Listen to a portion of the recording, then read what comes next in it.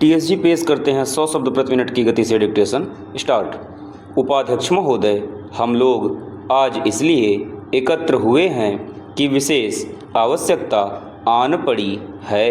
आप सारी स्थितियां और हाल की घटनाएं जानते हैं, फिर भी मैं आपको बताना चाहूँगा कि क्या हुआ है। यह भारत पर चीनी हमला है और यह किसी विशेष सीमावर्ती क्षेत्र में छेड़छाड़ से बहुत अधिक है। नेफा में सितंबर अक्टूबर में और विशेषकर 20 अक्टूबर से जो कुछ हुआ है वह सीमावर्ती झड़पों से गुणवत्ता और मात्रात्मक दृष्टि से बिल्कुल अलग है। यह भारत पर हमला है। जो कुछ हुआ है उससे भारत इतिहास में वस्तुतः एक नया मोड़ आया है। हम इतिहास के चौराहे पर खड़े हैं और हमारे सामने बड़ी बड़ी ऐतिहासिक समस्याएं हैं जिन पर हमारा भविष्य निर्भर है। इसलिए हम चाहे बड़े आदमी हों या छोटे, हमें बड़े आदमियों का काम करना है, क्योंकि बड़े आदमी ही दिमाग से, दृष्टि से और पक्के इरादे से बड़ी बड़ी समस्याओं का सामना कर सकते हैं। पहली बात जो मैं जोर देकर आपसे कहना चाहूँगा वह यह है कि आज जो कुछ हुआ है उसकी असाधारण प्रवृत्ति को समझें। इसने हमारे समूचे राष्ट्रीय दृष्टिकोण और इतिहास को बदल दिया है और बदलेगी। यदि हमें इसका समुचित सामना करना है, जो करने का हमारा पूरा इरादा है, तो यह हमें बड़े ढंग से सोचना होगा। हमें अपनी उन बहुत सी समस्याओं को भूल जाना होगा जो हमारे पीछे पड़ी रहती हैं और इस बड़ी समस्या को देखना होगा जो हम सब के सामने है, चेंज।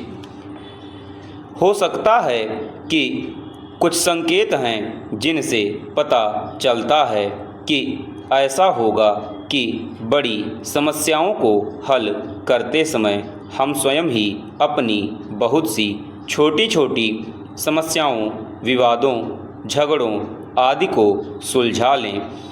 इसके साथ साथ यह भी स्पष्ट है कि बड़ी समस्या को हल करने में राष्ट्र को अत्यधिक प्रयास करना पड़ेगा और हम जैसे जो लोग परिस्थितिवश सरकार में हैं, चाहे केंद्र में हों या राज्यों में, उन पर भारी जिम्मेदारी है जो हम सबको मिलकर उठानी है।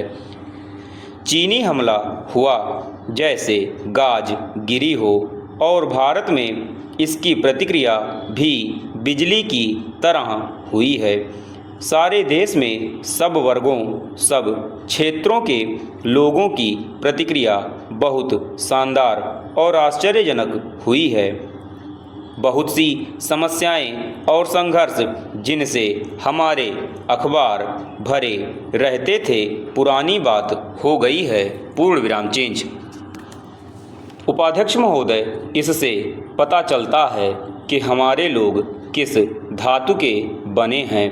छोटे छोटे मामलों में उलझना एक बात है और कोई बड़ा संकट आने पर उन मामलों से ऊपर उठना दूसरी बात है। यद्यपि पहले बहुत कुछ ऐसा हो चुका है जिससे हम हताश हुए हैं, लेकिन अब जो कुछ हुआ है उससे मेरा हौसला बढ़ा है और मुझे विश्वास है कि आप सबका भी हौसला बढ़ा है। हम कह सकते हैं कि इस भयानक धक्के से भारतीय आत्मा का लगभग नया जन्म हुआ है और भारत की आत्मा कुछ अंतराल के बाद पुनः जागी है। हम सब जिन्हें भारत की सेवा करने का अवसर प्राप्त हुआ है, केवल इतना ही कह सकते हैं कि हम इस जिम्मेदारी को पूरा करने योग्य बनेंगे और इसके मार्ग में किसी व्यक्तिगत या वर्गगत अथवा दूसरे विचार को बाधा नहीं बनने देंगे। संविधान के हिसाब से केंद्रीय सरकार और राज्य सरकारें हो सकती हैं, लेकिन वास्तव में हम सब एक हैं। सामान्यतः राष्ट्रीय विकास परिषद की बैठक योजना पर विचार करने के लिए होती है। हमारी योजना हमारे राष्ट्रीय जीवन से भिन्न नहीं है। यह इसका ताना बाना है। वर्तमान स्थितियों का हमारी योजना पर और उन आर्थिक तथा सामाजिक प्रक्रियाओं पर जो हो रही हैं क्या प्रभाव पड़ता है, हमें इस मामले पर विचार करना पड़ेगा। यद्यपि इस बैठक में हम ज़्यादा विस्तार से विचार नहीं करेंगे। स्पष्ट है कि पहली आवश्यकता और पहला काम वह सब कुछ करने का है जिससे इस संकट का सामना करने में सहायता मिले और अपने देश से हमलावर को खदेड़ने में सहायता मिले, और कोई चीज़ इसके बाद आती है। हमें देखना है कि ऐसा करने के लिए हमारे पास कितनी शक्ति है और न केवल इस प्रयोजन के लिए बल्कि बाद में आने वाले समय के लिए भी तैयारी करनी चाहिए। हमारा तात्कालिक काम देश को हमलावर से स्वतंत्र कराना है, लेकिन यह काम भी देश को मजबूत बनाने और ऊंचा उठाने के काम का ही एक अंग है। पूर्ण विराम। हो सकता है कि भाग्य के किसी छलावे ने जीवन की छोटी छोटी चीज़ों से हमारा ध्यान हटाने के लिए और हमारी परीक्षा लेने तथा भविष्य में बड़ी चीज़ों के लिए तैयार करने के लिए हमारी परीक्षा ली हो, जबकि हम तथाकथित युद्ध प्रयासों पर भी विचार करते हैं तो हमेशा अपने देश के निर्माण के बारे में भी सोचना पड़ता है। पूर्ण विराम चेंज। अध्यक्ष जी, भारत में आज की स्थिति के कारण ही हमें ऐसा करना पड़ रहा है।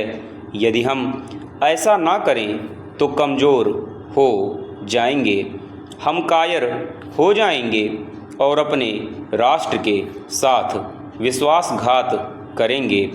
लेकिन वास्तविकता यही है कि आप हथियार संभालें या ना संभालें, असली ताकत एकता में, इच्छा शक्ति और मनः शक्ति में होती है। हथियार लेकर लड़ने के लिए भी राष्ट्र के कार्य, हिम्मत और एकता का सहारा आवश्यक है।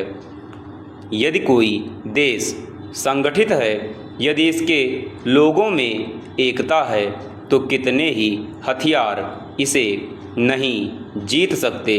इसलिए जब हम अपनी सेना और वायुसेना को मजबूत बनाने की तैयारी कर रहे हैं, हम सबको याद रखना चाहिए कि वास्तविक ताकत देश की एकता और हमारे परिश्रम से ही आएगी। मेरा विचार है कि हमारे लोगों में वह बुनियादी एकता है।